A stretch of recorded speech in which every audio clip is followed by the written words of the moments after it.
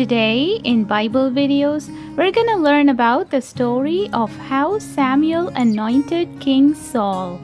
Are you ready to learn more about it? Let's get started. Samuel advised the people of Israel according to God's laws. He would always ask God what he should do. And when he grew old, he appointed his sons Joel and Abijah as the new leaders. Joel and Abijah ruled from Beersheba, but instead of following God's laws, they were dishonest and accepted bribes. And people started complaining about this injustice. So the elders of Israel gathered together to meet Samuel at Ramah. They saw Samuel and said, "You are too old, and your sons do not follow your ways. Give us a king just like other nations have." And Samuel was displeased, but prayed to the Lord. And the Lord told him, "It is not you they have rejected, but they have rejected me as their king." And Samuel warned them of the consequences of choosing a king. And Samuel warned them, saying, "A king will take your sons, put them in his army. Others will work his fields or as craftsmen for him.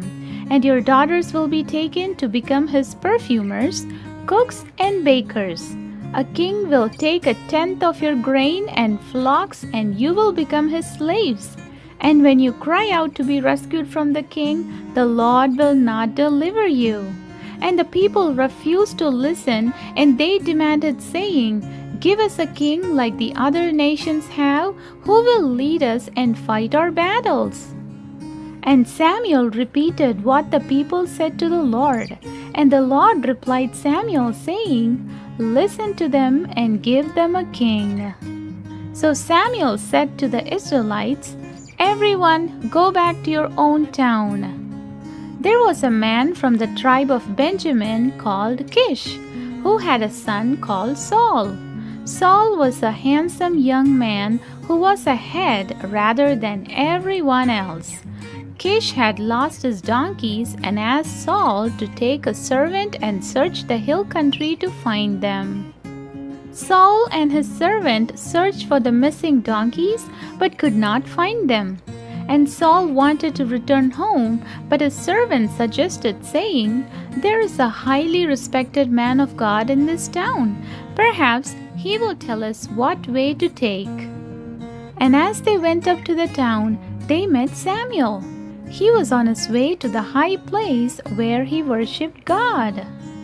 And the day before, God had spoken to Samuel, saying, "About this time tomorrow, I will send you a man from the land of Benjamin. Anoint him ruler over my people Israel, and he will deliver them from the Philistines." Now Saul asked, "Can you tell me where the prophet's house is?" And Samuel replied, saying, "I am the prophet. Come with me to the high place, then eat with me and return home tomorrow. As for the lost donkeys, they have been found. The nation is turning to you and your family line."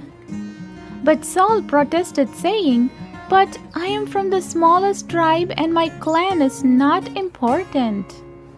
And then Samuel invited Saul and 30 guests to a meal and later talked with him on the roof of his house. And the next morning, as Saul and his servant set off, Samuel asked the servant to go on ahead as he had a message from God to give Saul. And when they were alone, Samuel took a flask of olive oil and poured it on Saul's head. And Samuel said, "Has not the Lord chosen you to be a ruler over his land?" He then told Saul of 3 things that would happen to him. At the oak tree of Tabor, he would meet 3 men on their way to Bethel, who would give him 2 loaves of bread. And at Gibeah, he would meet a group of prophets worshiping God. And the Spirit of the Lord would come on Saul with power, and he would prophesy with them. And at Zelzah, he would be told by a man that his father's donkeys had been found. And these things all happened as Samuel said. And when he arrived at Gibeah, a procession of prophets met him, and the Spirit of the Lord came powerfully upon him, and he joined in their prophesying. And they said, "What is this that has happened to the son of Kish? Is Saul now a prophet?" And then Samuel called the people of Israel together. By drawing lots, the tribe of Benjamin was selected. Then the clan of Saul, then Saul himself. But he was nowhere to be found. And then they asked the Lord where he was, and the Lord revealed that Saul was hiding among the supplies. So they ran and bought him out. He stood a head taller than everyone else. And Samuel announced, saying, "Do you see the man the Lord has chosen? There is no one else like him." And then the people shouted, "Long live the king!" And then Samuel explained the rights and duties of kingship to everyone and wrote them down on a scroll.